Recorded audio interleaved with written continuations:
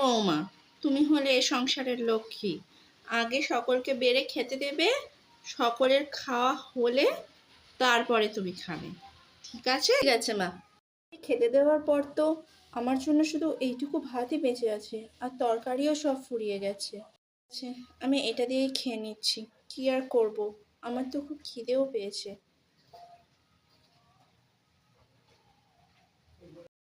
মা, আজ তোমার কথা আমার সব থেকে বেশি মনে পড়ছে, আর তোমার হাতের।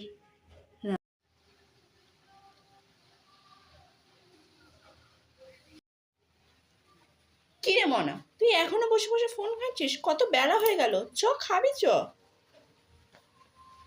রান্না করেছো মা? মাছের ঝোল করেছি, আর শাক ভাজা করেছি, আর চাটনিও করেছি। চ খাবি চ। রোজ রোজ ওই এক মাছের ঝোল খেতে আমার আর একদম ভাল লাগে না। একটু অন্য কিছু রান্না করতে পারো না? রোজ রোজ খালি মাছের ঝোল। আরে মনা, আজকের মাছের তরকারিটা না একটু অন্যরকম ভাবে করেছি, দেখিস তোর খেলে খুব ভালো লাগবে। আজ এরম করছিস তো মনা, একদিন দেখবি মায়ের হাতের এই মাছের ঝোল ভাতের কথা তোর সব থেকে বেশি মনে পড়বে।